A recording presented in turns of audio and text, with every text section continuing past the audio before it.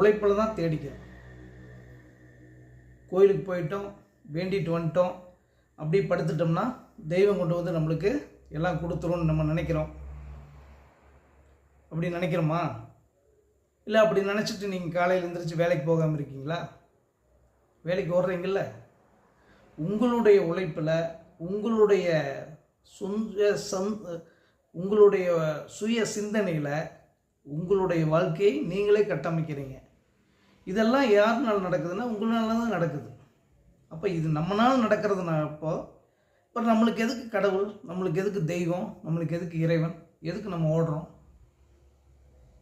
ஏன் தேடி ஓடுறோம்?